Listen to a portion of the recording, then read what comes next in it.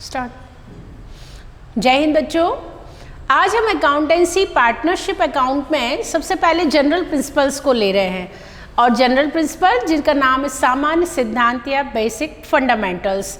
Fundamentals के अंतर्गत बच्चों एक एग्जाम के पॉइंट ऑफ व्यू से एक क्वेश्चन बहुत इंपॉर्टेंट होता है जिस पर आज हम डिस्कस करने जा रहे हैं।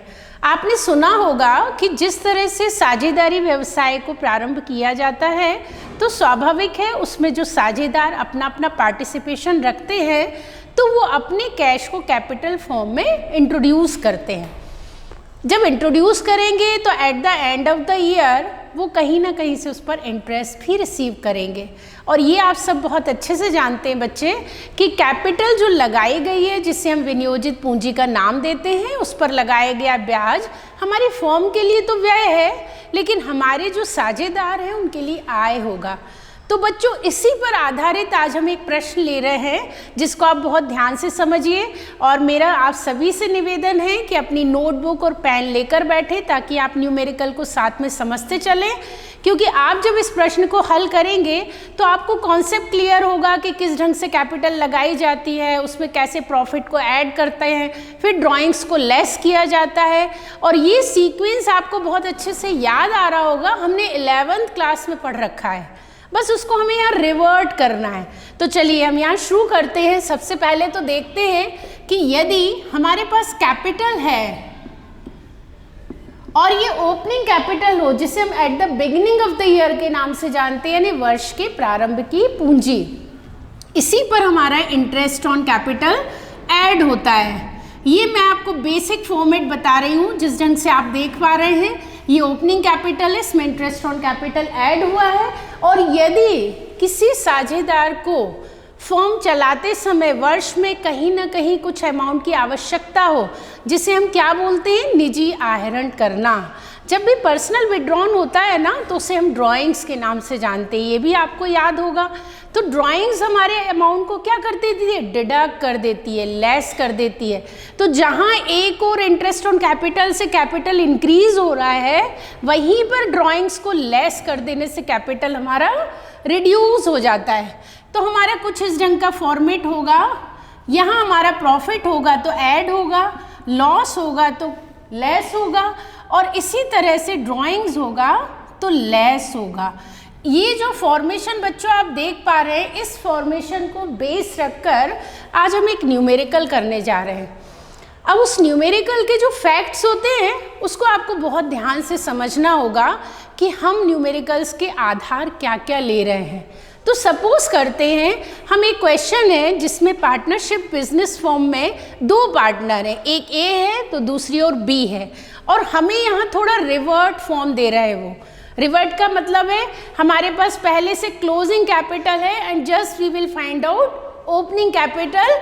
It is also known as at the beginning of the year.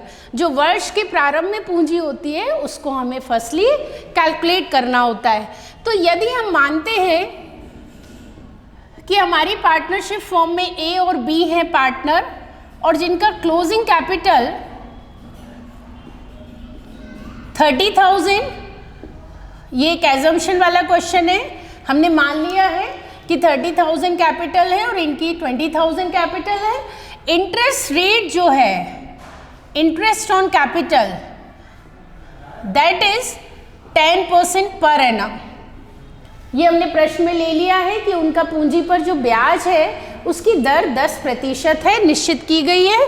इसके साथ साथ हमारी फर्म का प्रॉफिट ऑफ द फर्म आपको मिल रहा है, मान लीजिए 5,000 और प्रॉफिट शेयरिंग रेशो जो है हमारे फर्म का पार्टनर्स के लिए, ये बच्चों आपने पढ़ा है कि जब भी हमारे पार्टनर्स किसी व्यवसाय को शुरू करते हैं या संचालित करते हैं तो अकॉर्डिंग टू डीड, जो समझौते के अनुसार जब उनकी दर होती है वो क्या होती है, निश्चित होती है।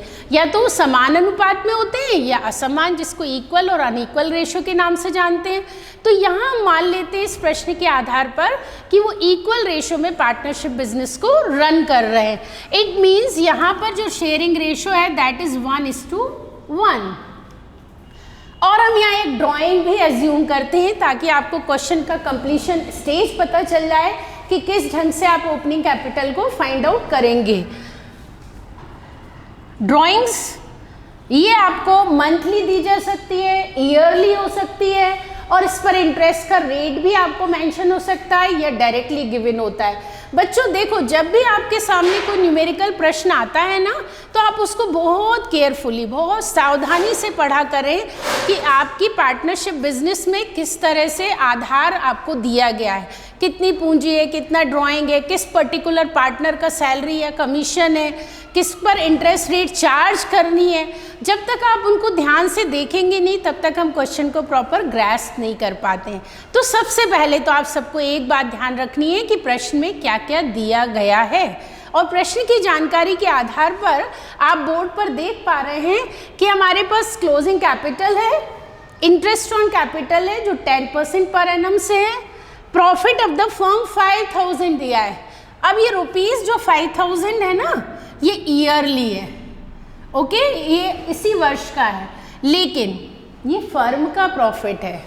हमें तो मतलब रखना है ए का उसमें कितना हिस्सा है और बी का कितना है। तो जब हम इसका कैलकुलेशन करेंगे तब आपको यहाँ पर उसको फाइंड आउट करना पड़ेगा। तो अब हम ड्राइंग्स को मान लेते हैं कि A is withdrawn, A is withdrawn मान लेते हैं हम 2000 और बी इज विड्रॉन मान लेते हैं हम 1000। ये आपकी क्वेश्चन की जानकारी हो गई बच्चों। ये 3 मार्क्स लेवल में क्वेश्चन बहुत इंपॉर्टेंट है, इसलिए इसको ध्यान से समझें। अब हम देखिए सोल्यूशन की तरफ जाते हैं। तो हम सबसे पहले क्या नोट करेंगे, calculation of interest on capital and opening capital, ठीक है, valuation of opening capital and interest on capital. ये तो आपका टाइटल होगा, ये आपने हेडिंग बना दी, वैल्यूएशन ऑफ ओपनिंग कैपिटल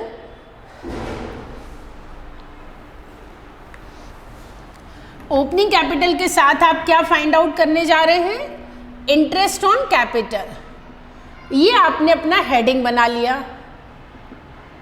और बच्चों देखिए, अकाउंट्स में ना बिना हेडिंग के आपको न्यूमेरिकल बिल्कुल भी नहीं करना है। आपको पता होना चाहिए आप क्या चीज़ निकालने वाले हैं। कोशिश करते हैं हम, चूंकि 2 पार्टनर हैं ए और बी, तो क्यों ना हम एक कंपाइल फॉर्म कर लें। तो हम एक पर्टिकुलर्स का कॉलम बना लेते हैं और एक ए का और एक बी का, तो पैरेलल हमारी दोनों चीज़ें निकल सकती हैं। एक तो ये तरीका होता है।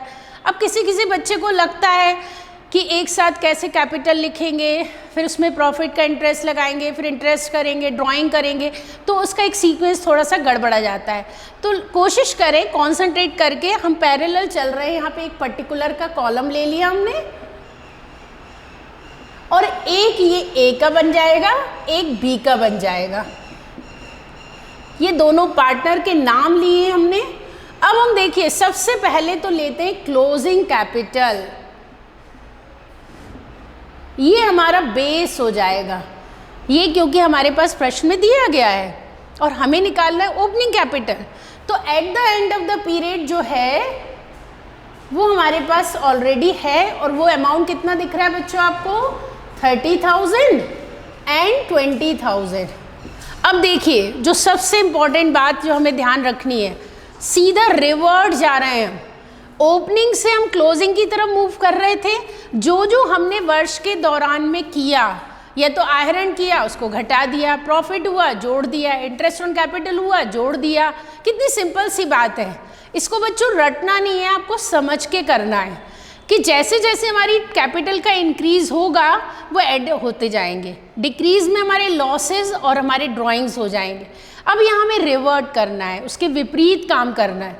विपरीत क्या, कि क्लोजिंग दिया है और हमारे पास देखिए यहाँ प्रॉफिट भी है और ड्राइंग्स भी है। तो सबसे पहले हम क्या करेंगे बच्चों, यहाँ पर पहले प्रॉफिट को रिवर्ट कर देंगे, यानी क्या कर देंगे, लेस कर देंगे। तो क्लोजिंग कैपिटल से हमने प्रॉफिट को लेस किया। प्रॉफिट ऑफ ए का कितना होगा बेटा, ये देखो 5000 टोटल फर्म का प्रॉफिट था। हमारे जो शेयरिंग प्रॉफिट शेयरिंग रेशियो था वो था 1:1।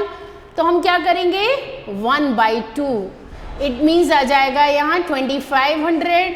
And again we will repeat this amount in B is column, because of कि बी का भी इक्वल था इसलिए 2500 वहाँ भी लिख दिया हमने।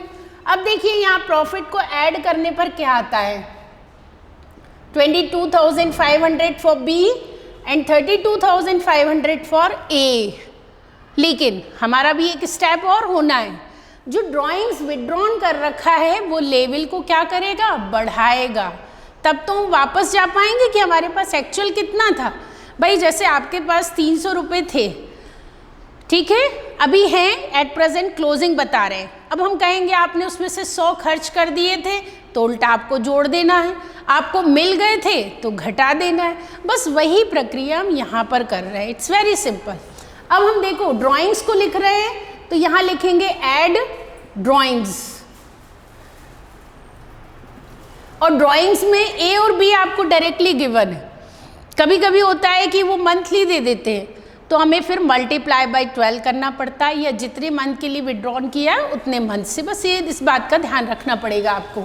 ए का विड्रॉन है 2000 एंड बी का विड्रॉन है 1000।